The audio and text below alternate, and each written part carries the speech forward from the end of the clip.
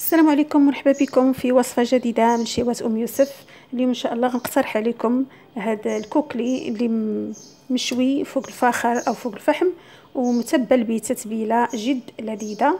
اللي كنحتاجو له عندي هنا كوكلي اني مغسول نقي مزيان ومقسوم هكا على النص، يعني تنخليوه على هذا الشكل هذا. كميه حسب اللي متوفر عندكم. عندي هنا غنحتاجوا ليها القليل من البصل محكوك. بالنسبه للتوابل عندي هنا ملعقه صغيره من الزعتر، ملعقه صغيره من اليازير، ملعقه صغيره من الملح كما كتشوفوا، هذا الملح الخشن او ملح البحر.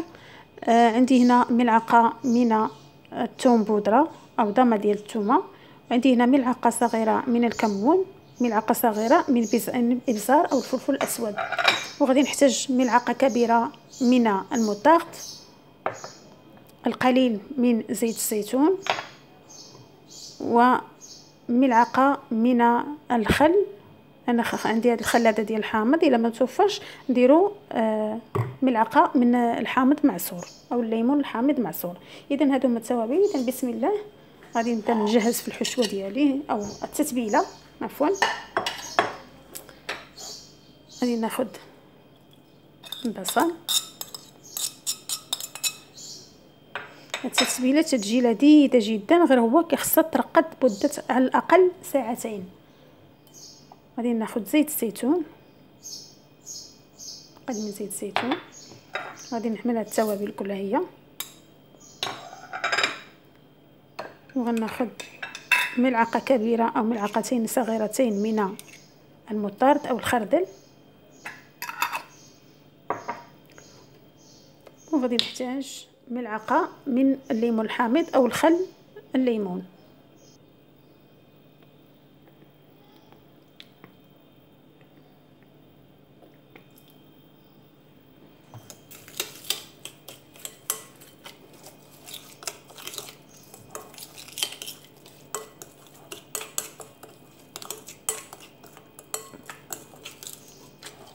هذه هي التتبيله. بالنسبه لهذيك الملعقه اللي ضفت ديال او ملعقتين صغيرتين من خل الليمون الحامض او ملعقتين من الحامض الا كان عندكم، غير باش كيطري لينا هذوك ديك اللحم ديال الكوكلي وتيطيب لينا دغيا فوق الفخر. دابا غناخذ الكوكلي ديالي وغادي نبدا ندوزو في هذه التتبيله هذه.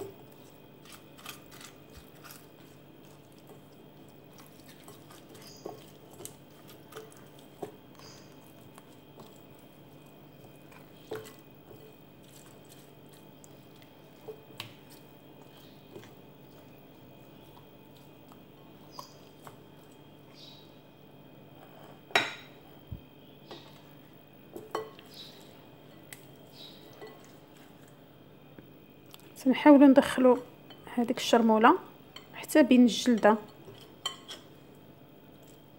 بهذا الشكل هذا. دابا بعد ما شرملنا هذاك الكركي اللي عندنا صافي، دابا غادي نغطيوه وغنديروه في الثلاجه، نخليوه على الاقل كما قلت لكم ساعتين حتى يتشرب هذيك الشرموله، حيت الا شرملناه وطيبناه ما تتبقاش عنده، ما تبقاش له ديك القامه مزيان. اذا وغادي نتلاقاو باش نشوفوا الشكل النهائي ديالو.